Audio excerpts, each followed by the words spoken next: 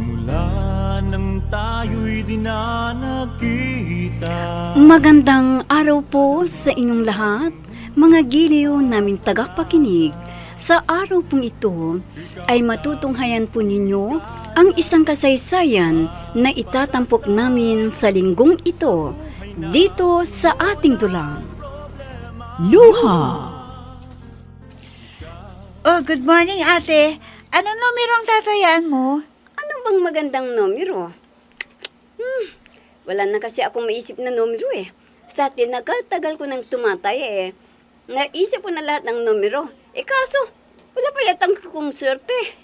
Bakit hindi mo subukan ang mga numero na itinataya nila sa wedding? Oo nga no. Bakit nga ba hindi ko susubukan? Sige, subukan mo. Ano bang event sa barangay ninyo? Wala naman. Kaya lang, kaninang papunta ako dito sa bayan. May nadaanan kong nagmamarites na naman. Alam mo na, yun ang uso sa barangay, ang chismisan. O di yun ang tayan mong numero, ate. Ano bang numero ng chismisan sa daan? Di ko alam eh. Bahala ka na. Sige. Yun na lang tatayang kong numero.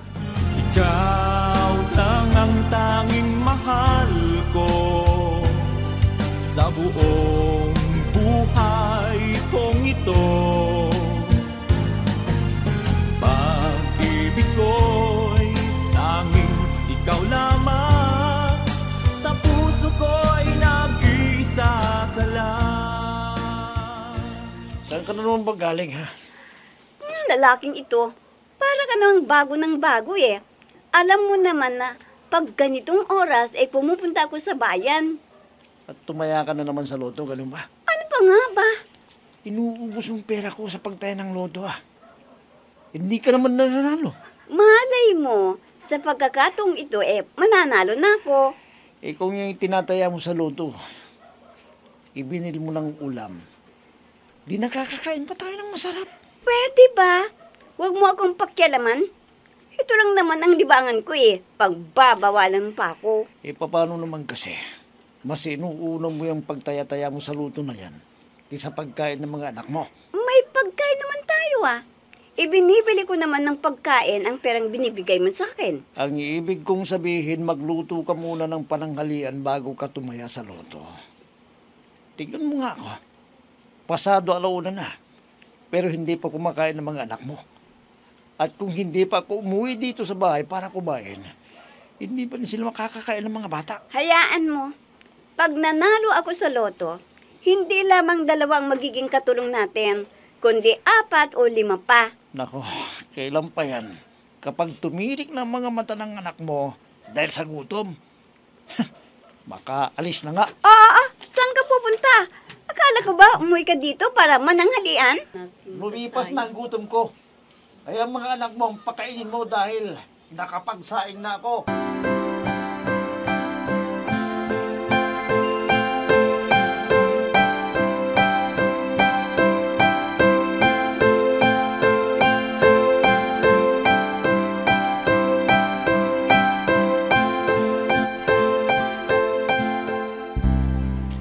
Ano na naman ba ang pinagtatalunan ninyong mag-asawa? At dinig ang busis ninyong dalawa hanggang sa bahay. Si Greg kasi, dinungangaan na naman ako. Bakit nga ba? Napabayaan mo na naman siguro ang mga anak mo, ano? Hindi naman po napabayaan. Hindi lamang sila nakakain ng tamang oras. Ganun naman pala Talagang bubungangaan ka ng asawa mo. Hindi ka ba natutilili sa kadadakdak sa'yo ng asawa mo? Abay kung ako yan, mabibingil ako. Papaano naman kasi, inuuna mo yung pagtaya-taya mo sa loto kaysa sa pag-aalaga sa mga anak mo. Para naman sa amin, ang ginagawa ko Kung nanalo ako, sino ang makikinabang? Di sila rin na pamilya ko. Oo, nandyan na ako. Pero bago ka sana tumaya ng loto, o bago mo gawin ang ibang bagay, unahin mo muna ang pangangailangan ng asawa mo at anak mo nang hindi kayo nag-aaway na dalawa.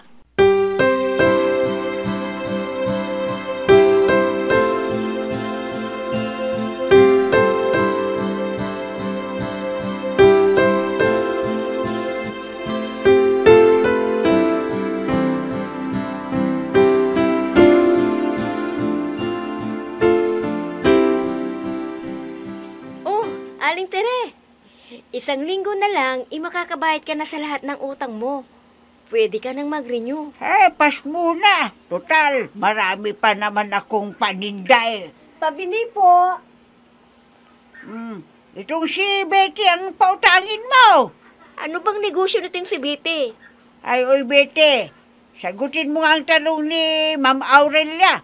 Ano raw ang negosyo mo? Nagpapautang siya ng 5 sikata eh. Hindi yata siya interesado eh. Hindi naman sa hindi ako interesado. Hanggat maaari ay ayokong umutang ng may patong. Nako, sa panahong ito, hindi ka na pwedeng umutang ng walang patong. Ano ka, siniswerte? Kaya nga ayokong umutang. Itong si Aling, ikay na lang ang magsabi sa'yo na uutang ako. Sige, iwan ko muna kayo at nagluluto ako. Baka masunog ang niluluto ko.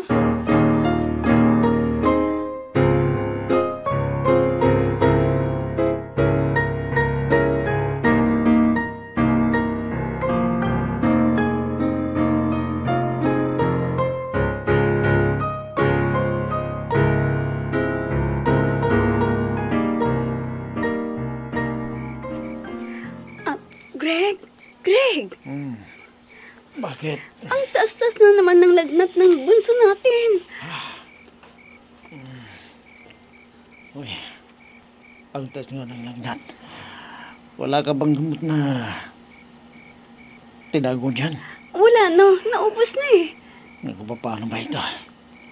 Naibigay ko ng bondi din ng tricycle. Wala ka bang naitatabi dyan na pambili man lang ng kahit 2 tableta man lang ng paracetamol? Wala eh. Wala. Kahit pa 50 pesos o 20. Napambili na wala. Wala nga. Sobra sa pambili ng pagkain natin na naibigay ko sa'yo kagabi Sobra nga, kaya lang eh. Kaya lang itinaya mo na naman sa loto. Ano ba? Kailan mo ba titigilan yung pagtaya mo sa loto-loto na yan? Dahil sa pagtaya-taya mo sa loto, yan. Wala kang naiipon. Tulad ngayon, may lagnat yung anak natin. Saan nga kayong kukuha ng pambili ng kanyang gamot? Pwede pa. Ipagpaliban mo muna yung pagsiserve mo sa akin. Pumunta ka na sa bayan at bumili ka na ng gamot ng bata. Wala nga ako ni piso. Ibinigay ko na lahat sa'yo. Ang kinita ko sa pagpapasada ko ng tricycle. Paano ito? Kagabi pa nilalagnat itong anak mo eh. Ano? Kagabi pa? Bakit hindi mo kagad sinabi sa akin at nakapag-delihensya man lang ako?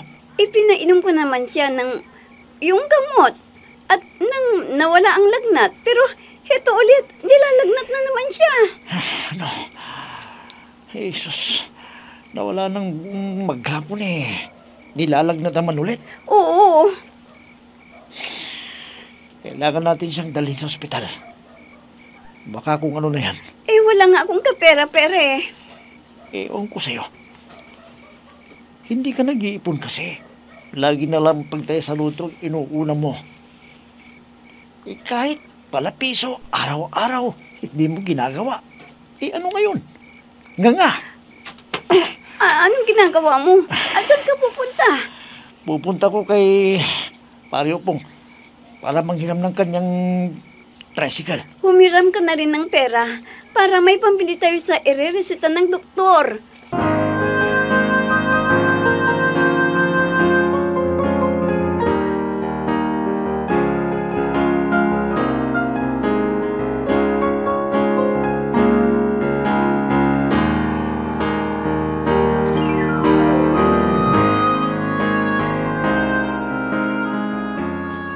Oh, bakit? Hindi pa ba ninyo iniuwi ang bata? Sabi mo, lagnat lang. Inay, nadapuan daw ng dengue ang anak ko. Nag-aalala po ako, inay. Yung asawa mo, nasaan ba siya? Nagdedelayan siya sa mga kapwa niya tricycle driver. Uutang daw siya sa kanila. Inay, natatakot po ako para sa anak ko. Nakakamatay daw ang dengue, sabi ng doktor eh. Wala pa man din kaming pera. Anong walang pera? Hindi ka ba nagtatabi sa mga perang ibinibigay sa iyo ng asawa mo? Ikaw na itong nagsabi sa akin na lahat ng kinikita niya ay binibigay sa iyo. Oo nga po. Ibinibigay nga po sa akin lahat ang kanyang kinikita. Pero ano ba naman ho ang halaga ng maiaabot niya sa akin? Alam niyo naman ho ang taas ng mga bilihin. Pambili lang namin ng pagkain ay kulang na. At kung may sobra man, ay naibibili ko ng ibang pangangailangan namin. Kahit pa pumapasada pa ng gabi ang asawa ko, ay kulang pa rin. Dahil nag-aaral ang dalaw naming anak. Baon nila araw-araw, inay. Nagkukulang ang kinikita ng asawa mo. Pero nagagawa mo pang tumaya ng loto. Inay, ano ba naman kayo? Sa pagtayo ko na naman ba ng loto, ang patutunguhan ng usapang ito? Papaano naman kasi? May pantaya ka ng loto araw-araw. Pero pag sa mga ganitong pagkakataon, wala kang madukot. Tama na ho ang sermon, inay. Naririto tayo sa ospital, magsisermon pa kayo. Ay nako, ewan ko sa iyo. Lagi kitang pinagsasabihan na magtabi ka sa mga iniintriga ng asawa mo. Para pagdating ang ganitong pagkakataon, may madukot ka. Pero hindi ka nakikinig sa akin. Nay naman, nakaburido na nga ho ako Magsesermon pa ko kayo. Mababaliw na ako niyan Ito, 4,000. Buong pensyon ng tatay mo yan. Gamitin mo muna para sa apo ko. Salamat po, inay. Hindi ang salitang salamat ang gusto kong marinig sa'yo. Kundi pangako na mula ngayon ay magtabi ka ng kahit konti para pag dumating ang mga ganitong pagkakataon ay may madudukot ka. Nag-iisa ka lang.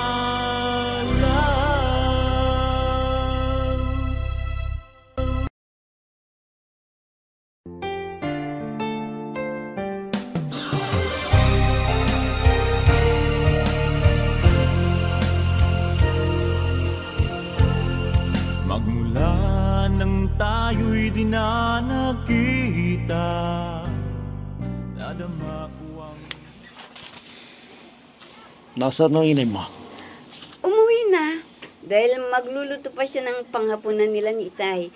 Pero babalik daw dito bukas ng umaga. Mabuti naman.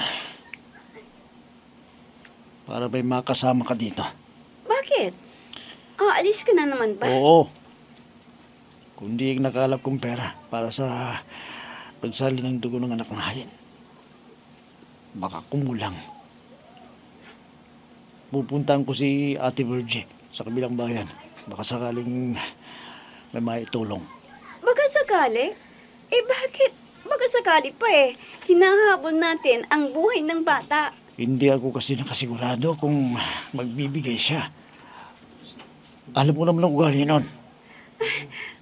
Bakit kasi hindi ka na dumirekta sa kuya mo sa abroad?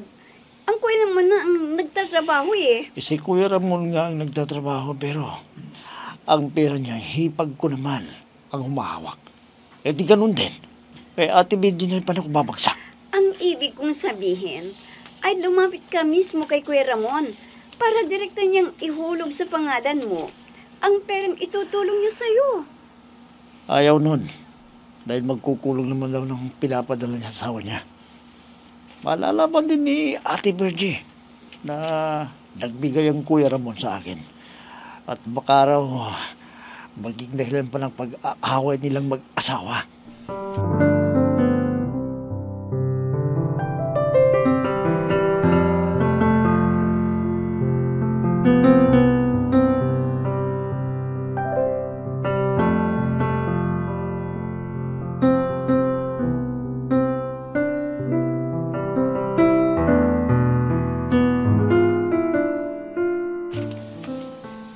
Oh, Greg, bakit ka nandito?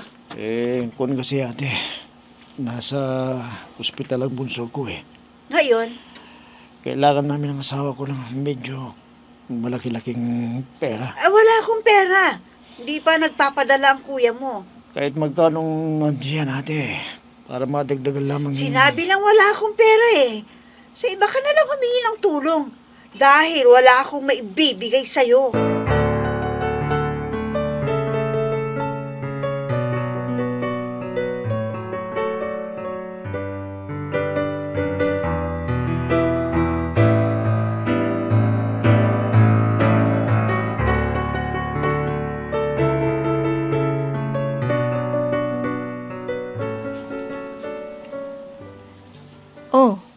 Betty, ikaw pala.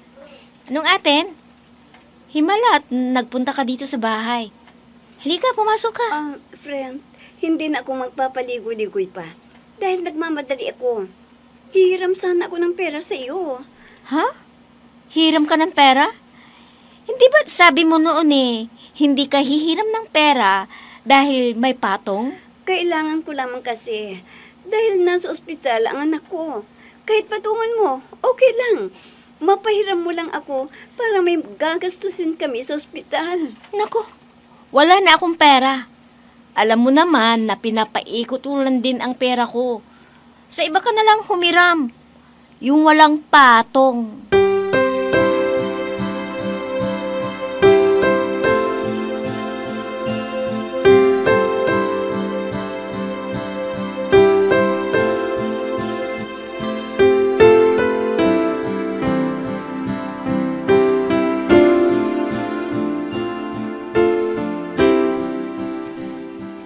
Bete, ano bang nangyayari sa'yo? At ngayon ka lang lumabas ng lungga mo. Saradong-sarado ang bahay mo. Ano bang ginagawa mo dyan sa loob? Nagpadala yata ang bayaw mo ng package at ayaw mong makita namin? Walang pinapadalang package sa ang bayaw ko. At kaya sarado ang bahay namin dahil wala kami ng asawa ko. Ha? Bakit? Teka nga muna. Bakit nga ba wala kayo, ha? Noong isang gabi, may naulinigan akong tricycle. Gabing-gabi na umalis ba kayo ng asawa mo? Lumipat ba kayo ng tirahan? Hindi ho kami lumilipat ng bahay. At kaya wala ang mga anak kong nag-aaral ay dahil wala mag-aasikaso sa kanila, sa kanilang pagkain. Kaya't dinala muna namin sila sa isa kong kapatid na mag-aasikaso sa kanilang pagkain. Bakit kasi doon mo pa sila pinatira? Kapitbahay mo naman ang itay at inay mo. Maaga kasing nagigising ang kapatid ko dahil may anak ding nag-aaral. At para hindi na maabala si na itay at itnay dahil matatanda na rin sila. Ganun ba? Teka, ano nga palang sadya mo sa akin? Himalang napasyal ka dito sa bahay. Bakit ba? Ang totoo niyan ay, kaya mo kami naulinigang umalis noong isang gabi dahil isinugod namin sa ospital ang bunso ko. Ha? Isinugod ninyo sa ospital ang anak mo? Bakit? Nilagnat ng halos 2 araw. Yun pala ay may dingki na. Ano? Opo, kaya ako na pa rito. Ay para sana humiram ng pera mo para sa gamot ng anak ko. Ay, naku, Bete, wala rin akong pera. Hindi mo ba nakapagbenta kayo ng 10 sako ng bigas nung isang araw?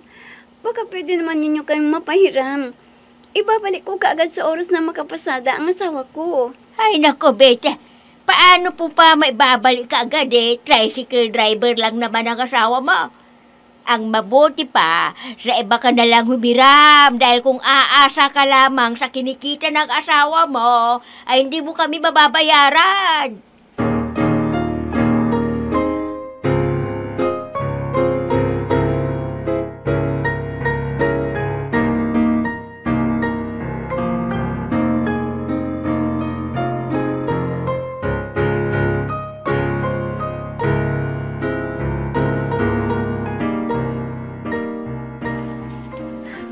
Inay, naririto pala kayo. Si Greg, wala pa rin ho ba siya? Ay pupunta raw sa DSWD at doon ay hihingi ng tulong. Teka, saan ka ba galing, ha? Naghanap ako ng taong pwede kong mautangan, inay. O ano, nakahanap ka ba? Wala po akong nautang. Kahit isa sa mga nilapitan kong kapitbahay natin hindi ako pinautang. Ubus na yung pinahiram yun sa akin na pera. Maya't maya may pinabibili ang doktor. At kailangan masalinan ng dugo ang anak ko sa araw na ito, inay. Kaya, paano ito ngayon? Wala na akong kapera-pera. Saan ako kuko ng pambili ng dugo? Saan po, inay?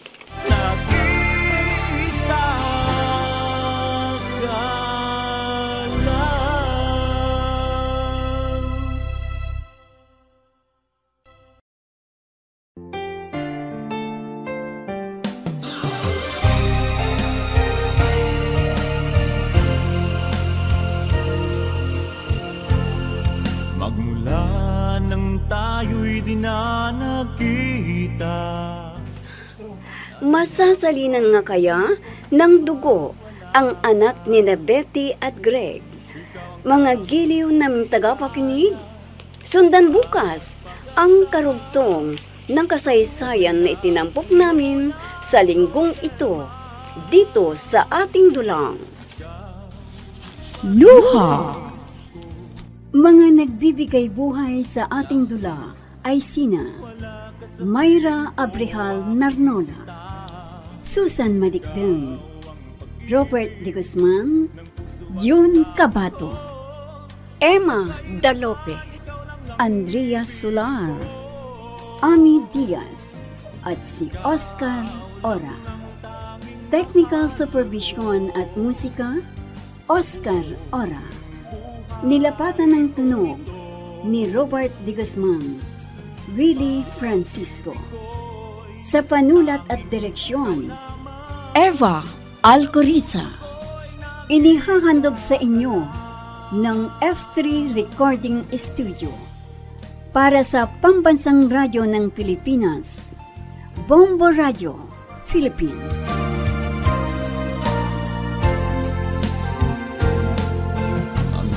Alaala nating di malilimutan, kay sarap ng ating suyuan. Lagi kong natatandaan, maligayang araw nating nagdaan.